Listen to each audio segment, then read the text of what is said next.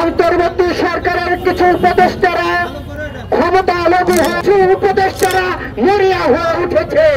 এই উপদেষ্টাদের গোপন সব খবর আমাদের কাছে আছে। আমরা তাদেরকে বলতে চাই, বাংলাদেশের মানুষের রক্তের উপর দাঁড়িয়ে যারা ক্ষমতায় আছে তারা যদি জনগণের সঙ্গে প্রতারণা করে, জনগণ প্রতিটি সীমান্তে প্রতিটি বিমানবন্দরে পাহারা দেবে, ওদের লুটপাট আমরা জনগণের সামনে তুলে ধরব। আমরা ভেবেছিলাম 5ই আগস্টের পরে আমরা রাজপথে নামবো না, কারণ গত 17 বছরে আমরা জীবন দিয়েছি, রক্ত দিয়েছি, গুম হয়েছি, খুন হয়েছি, কারাগারে গিয়েছি। আমাদের একটা দাবি ছিল বাংলাদেশের মানুষের ভোটের যেই আহ্বান, সেই ভোটের আহ্বান নিশ্চিত হবে। কিন্তু আমরা হঠাৎ করে দেখেছি অন্তর্বর্তী সরকারের কিছু উপদেষ্টারা ক্ষমতা লোভী হয়ে শেখ হাসিনার সুরে তারা কথা বলার চেষ্টা করছেন। আমরা কিছু উপদেষ্টাদের দেখতে পেয়েছি সেই শেখ হাসিনার মতো তারা লুটপাটে ব্যস্ত হয়েছেন, ক্ষমতায় দীর্ঘমেয়াদী থাকার ব্যস্ত হয়েছেন।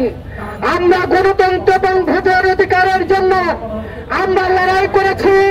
আমরা যখন ভোটের কথা বলতাম শেখ হাসিনা তাহাজ্জুদের নামাজ পড়ে দিনের ভোট রাতে করতেন, সেই অবস্থা বর্তমানে আমরা দেখতে পাচ্ছি।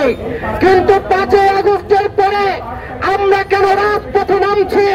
আমরা এই কারণেই নামছি, বাংলাদেশের মানুষের যে ভোটের আকাঙ্ক্ষা, যে ভোট দেওয়ার আশা, সেই ভোটকে বিতর্কিত করার জন্য এবং জাতীয় নির্বাচনকে বানচাল করার জন্য কিছু উপদেষ্টারা মরিয়া হয়ে উঠেছে। এই উপদেষ্টাদের গোপন সব খবর আমাদের কাছে আছে। তারা যখন নির্বাচনের কথা শুনে তখনই শেখ হাসিনার মতো ভয় পায়।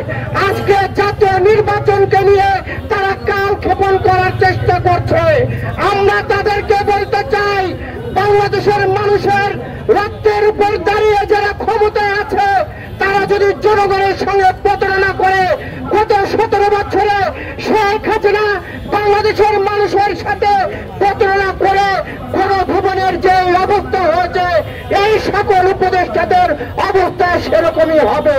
শেখ হাসিনা তো দাদাবাবুর কাছে আশ্রয় নিয়েছেন। অন্তর্বর্তী সরকারের অনেক উপদেষ্টারা দাদাবাবু বলেন আর মামাবাবু বলেন, কোথাও যাওয়ার সুযোগ হবে না। এদেশের জনগণ প্রতিটি সীমান্তে প্রতিটি বিমানবন্দরে পাহারা দেবে, ওদের লুটপাট আমরা জনগণের সামনে তুলে ধরব। আমরা যেই কথা বলে শেষ করতে চাই, যদি আগামী ফেব্রুয়ারির যেই নির্বাচনের তারিখ যদি ঘোষণা না দেওয়া হয়, জাতীয় নাগরিক জোটের পক্ষ থেকে আমরা সারা বাংলাদেশের মানুষকে সাথে নিয়ে দুর্বার আন্দোলন গড়ে তুলব। সকলকে ধন্যবাদ। দেখা হবে রাজপথে, কথা হবে স্লোগানে, হয় লাশ নয় ইতিহাস। এ পর্যায়ে